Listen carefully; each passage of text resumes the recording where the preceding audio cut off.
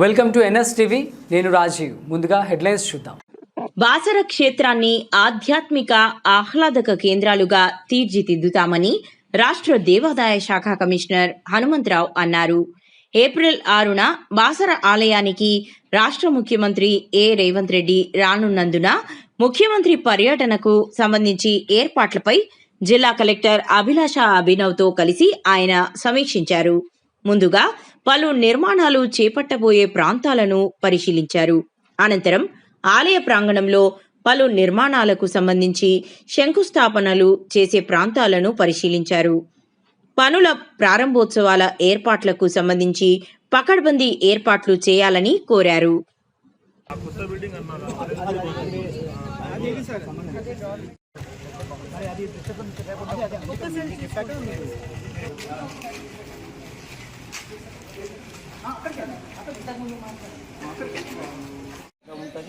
పోతారు అన్వీల్ చేస్తారు प्रेस है तो वहाँ रहता बाहर कोकिंग प्लेसेस ఇక్కడ కూడా 20 మంది కంఫర్టబుల్గా పడతారు. 50 भी होता थोड़ी गंगा में आ जाता 50 ఇట్లా బతారు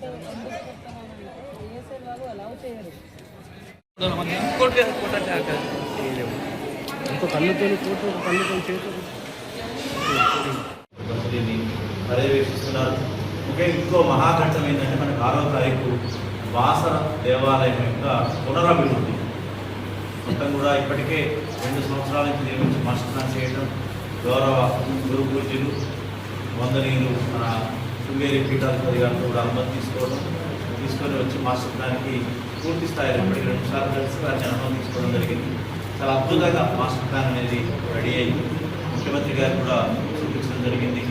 మంత్రివర్గం అందరూ కూడా చూశారు. కొన్ని చిన్న మార్పులు సూచించారు.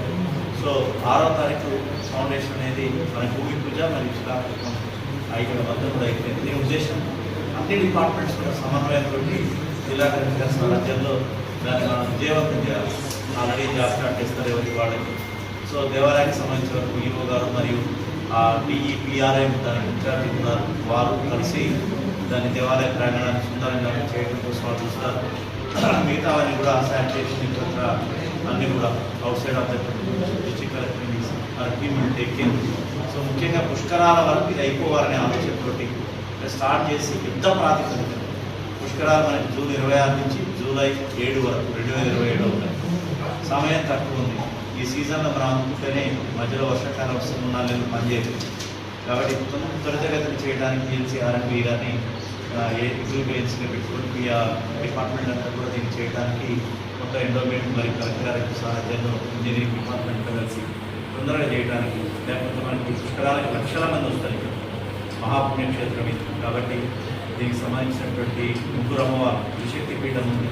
సో ముఖ్యంగా మనకి అమ్మవారు సరస్వతి అమ్మవారు పక్కనటువంటి లక్ష్మీ అమ్మవారు అందరికీ కూడా కనపడేటువంటి దర్శన భాగ్యం లేదు. కాబట్టి అంతరాలయం కావచ్చు, బయట కావచ్చు మంచి వెడల్పు చేసుకొని మంచి భక్తులకి సౌకర్యవంతంగా చేయడానికి మాస్టర్ ప్లాన్ చేయడం జరిగింది. సో దీన్ని కూడా కొంత కొన్ని మార్పులతో 7వ రేపు అది కూడా వస్తుంది. ముఖ్యంగా మనం ప్రాంతం అంతా కూడా అభివృద్ధి చెందాలంటే క్షేత్రం చెందాలి.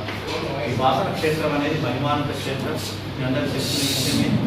భారతదేశంలోని 2వ క్షేత్రం బాసర పీఠం. వ్యాస మహర్షి పూజ చేసి వారు మొత్తం మహాతపస్సు చేసి ఈ 3 అమ్మవారిని స్వయంగా తన చేతులతోటి రూపుదాల్చినటువంటి క్షేత్రం ఇది. ఇక్కడ తపస్సు చేసిన వాళ్ళు, దర్శించుకున్న వాళ్ళు, ఉన్నత శిఖరాలు చేసిన అందరూ చుట్టారామయ్య గారు కావచ్చు, అటువంటి పెద్దవాళ్ళు ఎవరైనా సరే చాలా మహాత్ములు కూడా ఇక్కడి నుంచి వెళ్ళి ఇక్కడ ప్రతి తేదండి ఇక్కడ వచ్చి దర్శించుకుంటే ఐఐటి లాంటి ఉన్నత చదువులు కూడా ఒక అమ్మవారు మనకు అందరూ కూడా అనుగ్రహిస్తారు. సో దీన్ని అభివృద్ధి చేయాలని ప్రభుత్వం ముఖ్యమంత్రి గారు సందర్శించారు. ముఖ్యంగా మాస్టర్ ప్లాన్ నుంచి ఆల్రెడీ అందరూ తిరిగిన మొత్తం పరిక్రమ చేసినాం.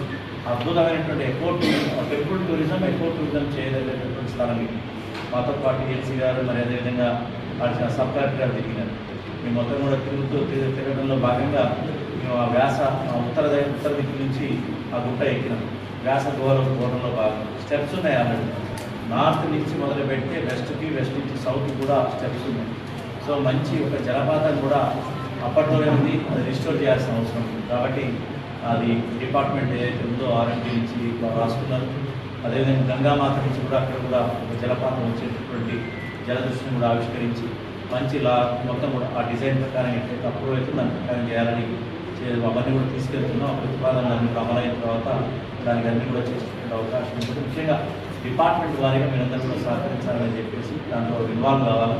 ఇరిగేషన్ కూడా పెద్ద పని. యాక్చువల్గా దాదాపుగా 250 మీటర్లు మనం ఎక్స్టెన్షన్ ఎంత ఇరిగేషన్ ఎన్ని మీటర్లు అండి? 600 మీటర్స్ కొత్త ఘాట్ కట్టబోతుంది. ఇరిగేషన్ డిపార్ట్మెంట్ ఇది ఒక ఛాలెంజ్ ఉంటుంది కాబట్టి అది కూడా 600. ఎగ్జిస్టింగ్ ఎంత ఉంది? 500.